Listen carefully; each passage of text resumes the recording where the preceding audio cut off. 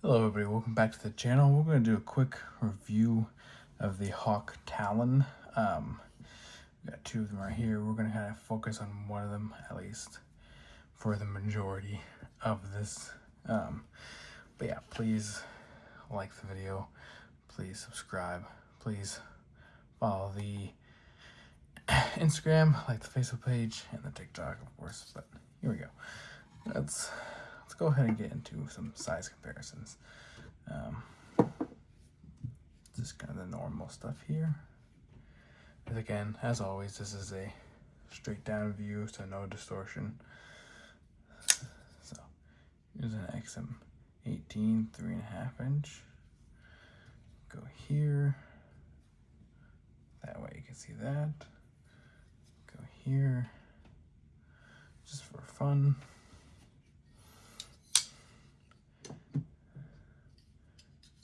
Strider S&G.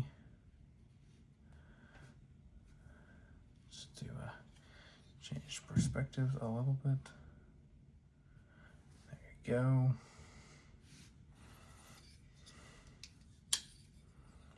And then, yeah, here. Sabenza. That way you can kind of get your idea there. And then some normal, just everybody has kind of thing. The Shaman. There you go.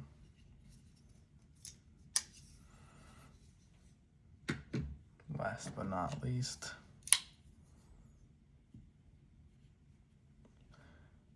and then I will kind of, this won't be the only time this one appears. Okay, so the Talon. I would say this kind of hit the market like a frenzy for various reasons. And you can kind of already see why. Okay, so this has the Hawk lock.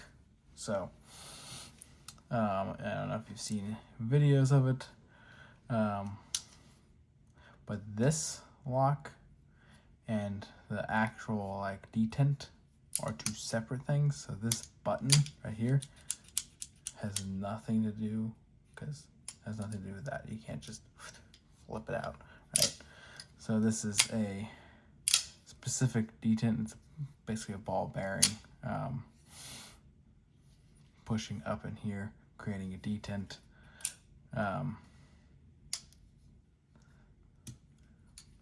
It's really neat. I really like it. One thing I love that Hawk did, which is something I like about a lot of knives, is the external stops. They work really well overall to basically eliminate play. It's also way more secure in general than an internal stop pen. Because internal stop pen, you do have the ability for movement. Here you don't. As long as both stop pins are hitting, which they are both hitting. So yeah, you can flick it like this. You can do that if you want to. That's harder on camera. You can reverse flick it. You can do this. These are mainly obviously stops, but like they can be used as some studs, obviously. And this one is my personal favorite of the two, just color wise. I love the Arctic carbon fiber. This one I carry a lot at work, so this one has gotten a lot of use. I would say this has been probably, if I'm going to be honest with you, my most used knife 2025, and one of my most carried knives. It's why in my video unboxing it, I say, is this, for both unboxings, is this the I for 2025, and I stand by that. I think it still is. And 2026, I think it was the best new release overall in 2025. Obviously, the prototypes were released before 2025, but, you know, besides the point. Because this one right here was assembled, I think actually assembled in 2024, but also put on the market in 2025. So, yeah.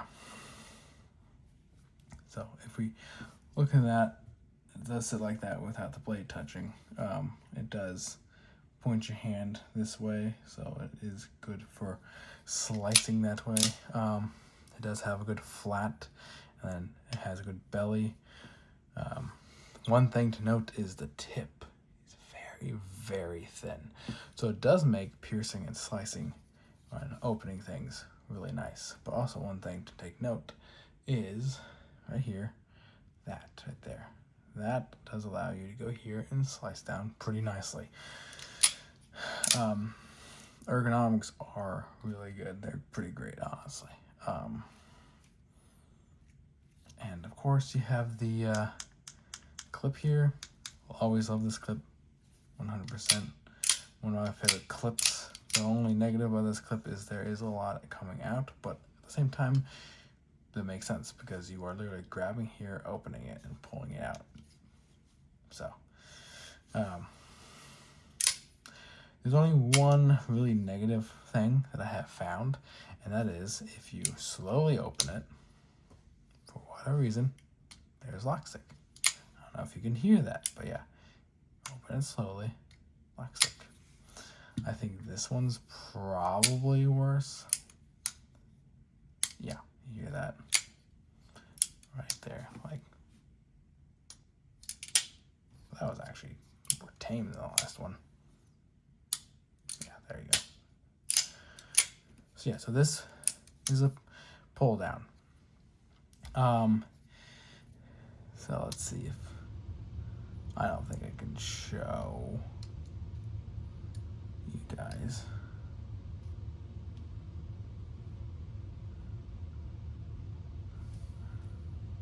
I don't know if I can show you the lock.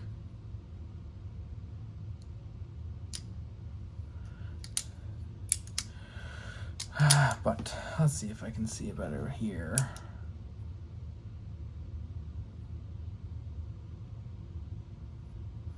I don't think so. I didn't bring a flashlight over here, so.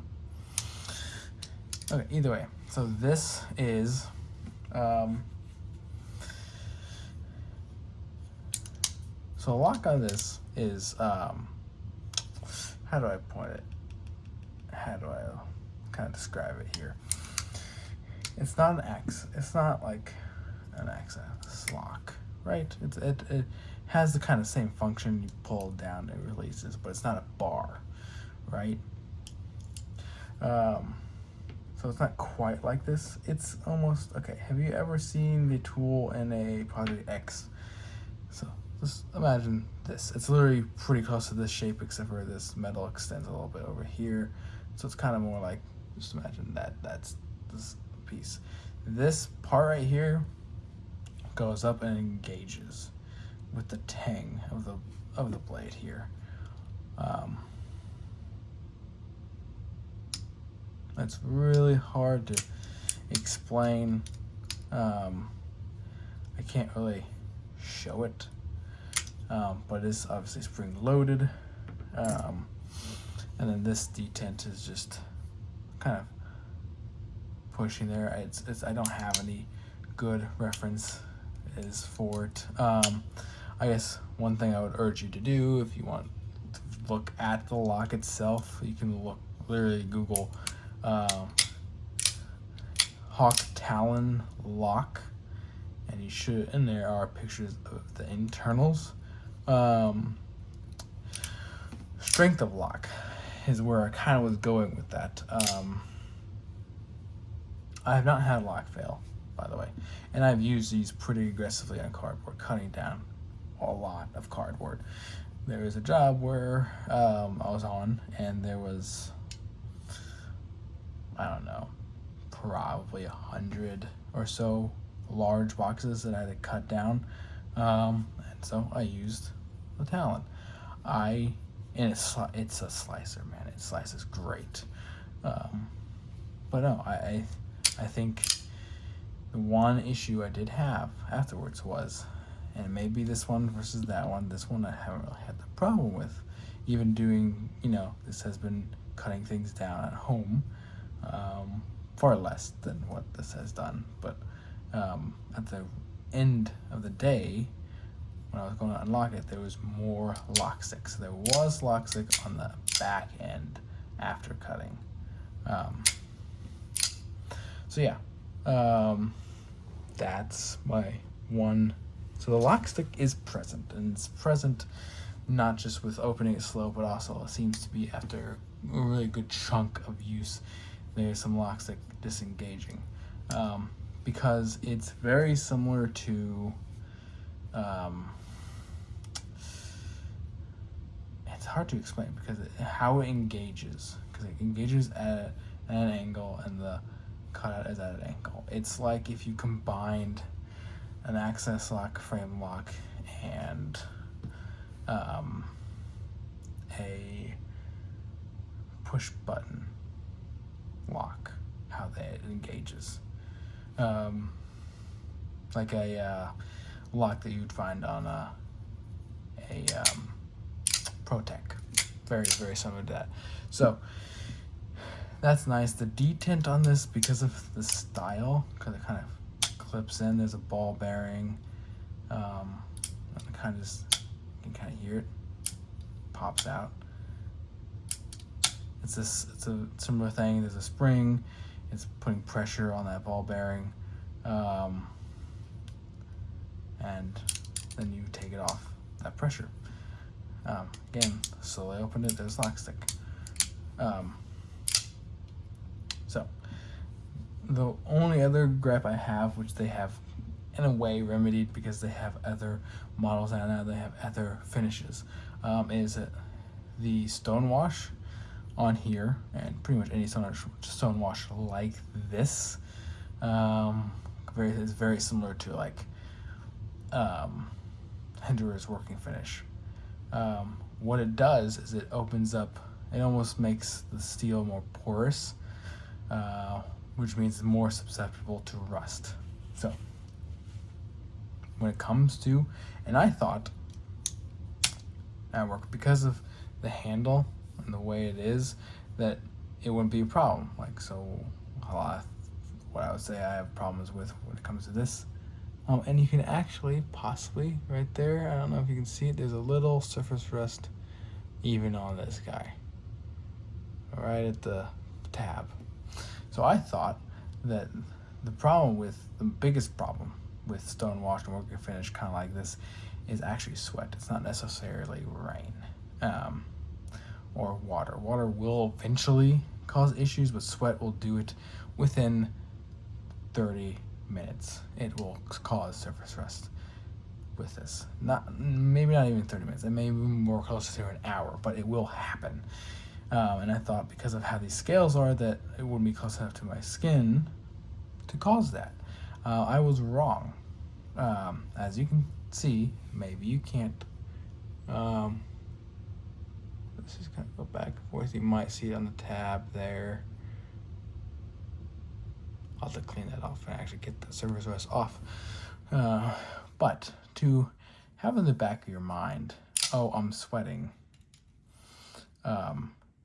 it's going to develop surface rust. I'm going to have to clean that off later. That sucks. It really does. One thing I do know about it is that eventually, as you use it, as it gets more exposed to water and sweat, the likelihood of actually getting rust dwindles slowly. But if you're not careful in those first, I'd probably say 6 months, maybe more, you're gonna have surface rust build up. And it's gonna suck if you don't clean it off soon enough. So my question is, I don't know if I can get this off. We'll have to see.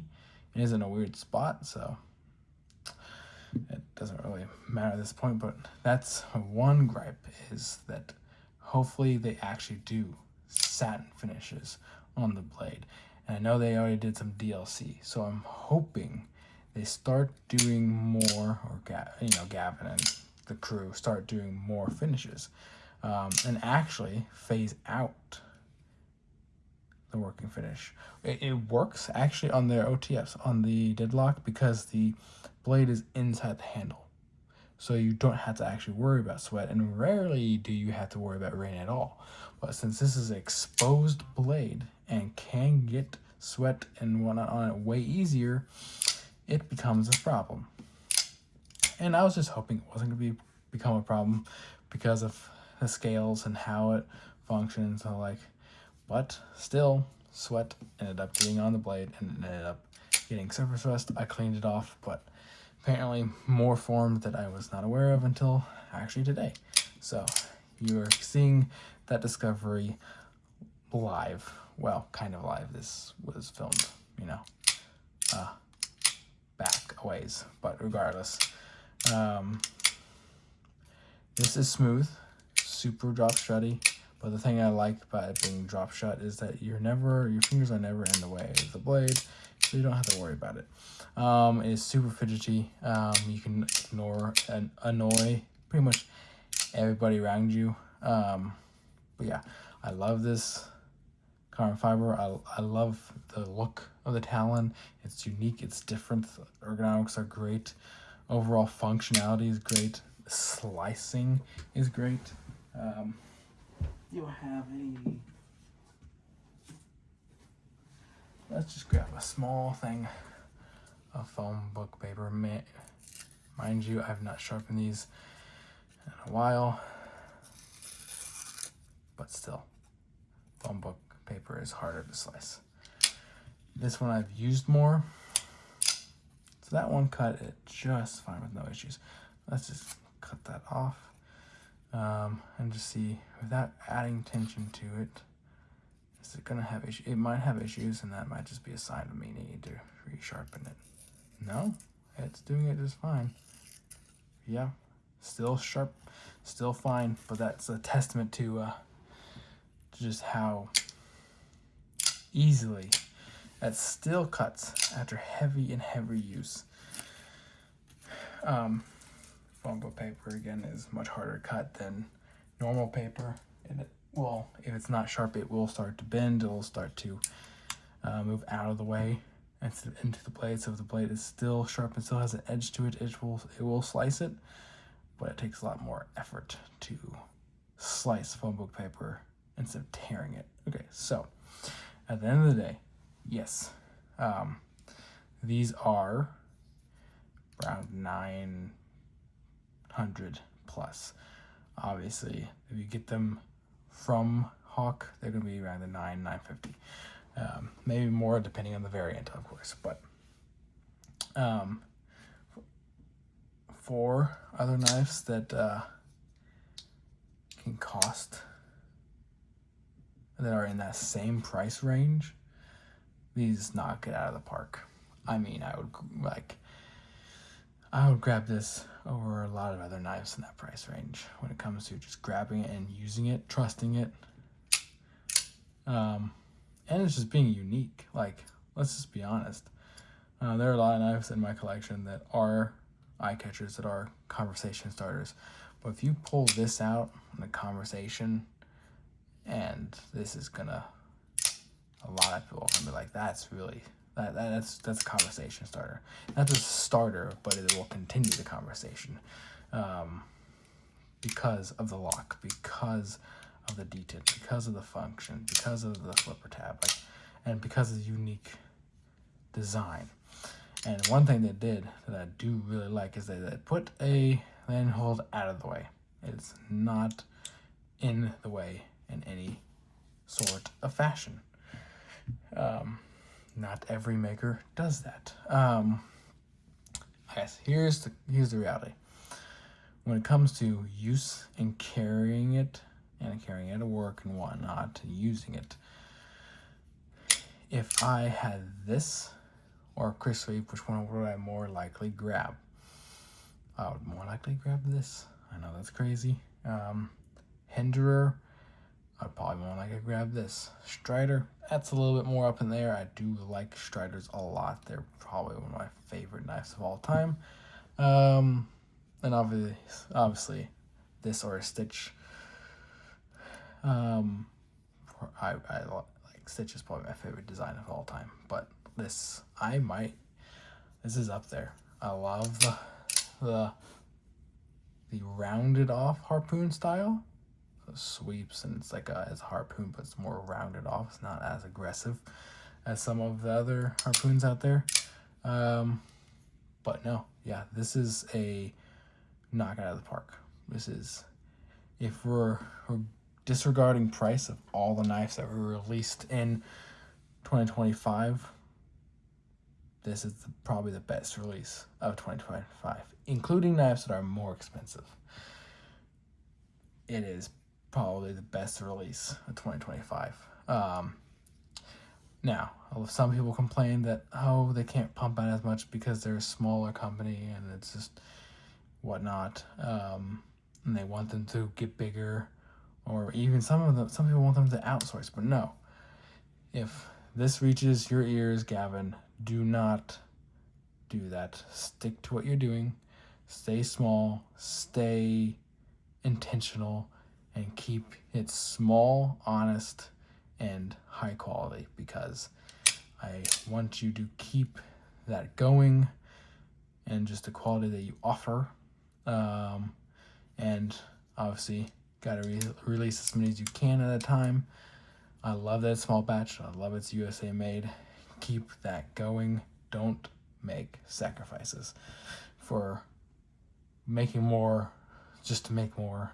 Sometimes you got to focus on quality over quantity and just make the best knife you can. And you are doing that, and I appreciate that. So, do I recommend this knife? Oh, 100%. If it is in your budget and if it is in your territory and it is the type of knife that you like, and it piques your interest, absolutely grab it, because it is a great user.